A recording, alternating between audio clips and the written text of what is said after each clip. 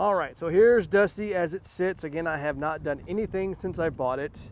This is the original Opal clear coat paint that it has on it. It is a special edition, meaning that, I don't know, at some point or other, whether it was, you know, at the dealership, they did these sort of pinstripes on it. They added the chrome fender flares, which I do not like. I hate these, so those will be coming off for sure. And then it's got these super classic 90s style starfish looking wheels that are just horrendous in my opinion. And it's got the chrome Joker body cladding on the bottom and the chrome Smittybilt looking side steps. Or I think those are actually Westons, but yeah, good old classic chrome side steps. It does have the quad shocks up front, meaning it has the tow package. So what that means is you get the quad shocks, the larger upgraded radiator, and then the tow hitch and then receiver in the back.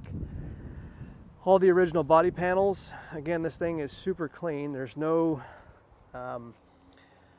rust on it either. These things are really bad about usually rusting here around the quarters and then the bottom and then the bottom of the tailgate.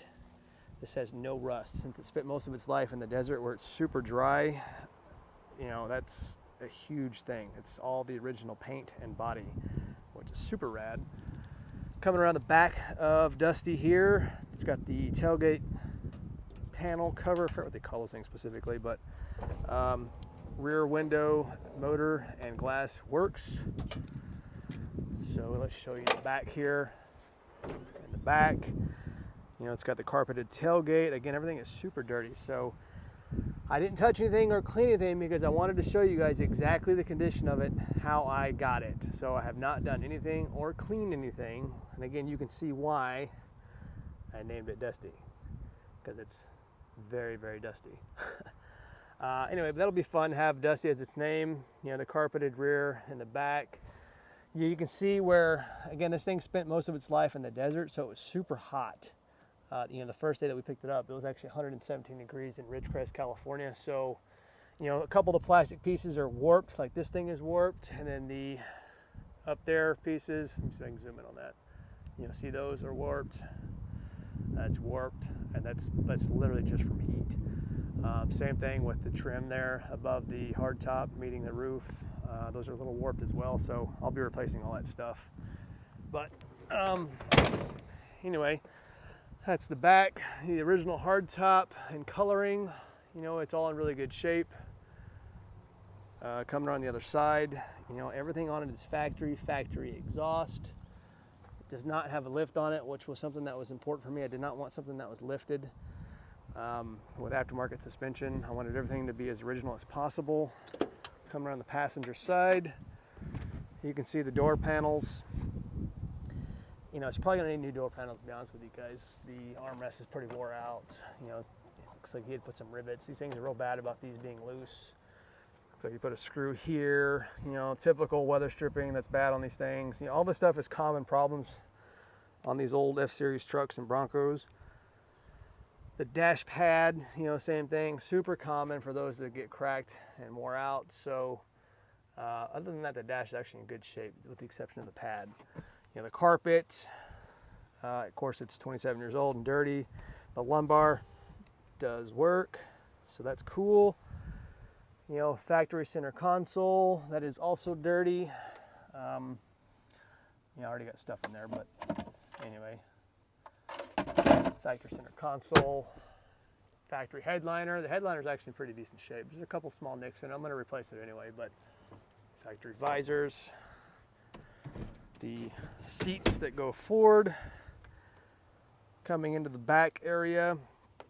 He did have seat covers on it, but they're not terrible condition, but I will have all the upholstery done anyway.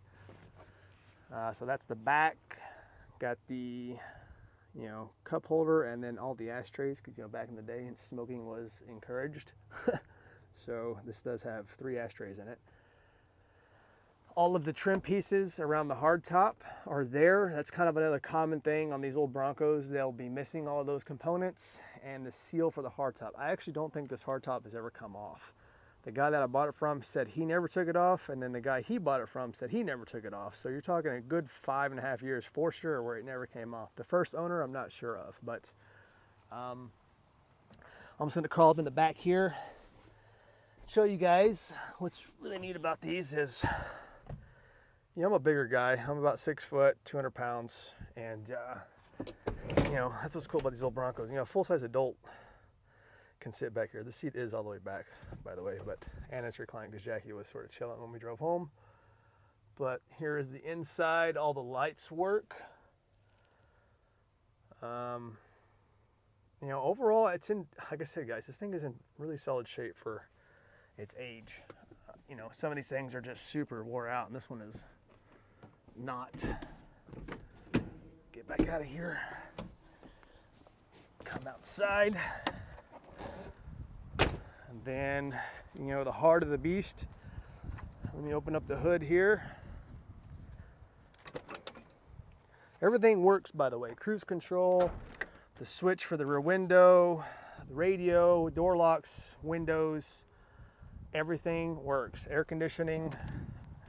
This thing is, I couldn't be happier with it so far. Get this thing opened up here for you. All right, here's the heart of the beast. You know, the original core support, all the original stickers on it. So you can tell that it, you know, hasn't been smashed in the front end. Original hood vacuum diagram, coolant reservoir, the air box. I did notice it's missing a couple screws. Again, kind of a common thing. The bottom nuts and the plastic just get wore out. But the intake, 5.8 liter, 351 Windsor engine. Looks like it's, well, I know for sure the EGR valve and that had been replaced, I think in 19 is what the Carfax said. But yeah, there's the beast. Let me go ahead and crank it up for you, let you hear it idling. Get my keys out.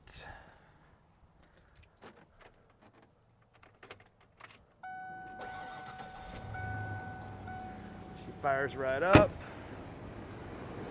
And look at that, idles like a kitten. This purrs nice and pretty. No noises. Yeah, like I said, guys, this thing's in really good shape. I checked the oil all 4 days of our trip back from Texas. Again, from California, which was, again, 2,200 miles. It was a quart low when we picked it up. It does have a rear main seal leak, but other than that, nothing crazy. Yeah, guys, so that's it. That's Dusty. Just a little bit more detailed walk around of him. Anyway, hope you guys enjoyed the video. If you did, like it, comment. If you've had an old Bronco like this, you know, let me know what year and color yours was. And you know, again, the sooner we can get the channel built up, the sooner we can start working on this thing. I do intend on working on it, like I said in the last video, in the next couple months. But yeah, that's Dusty, guys.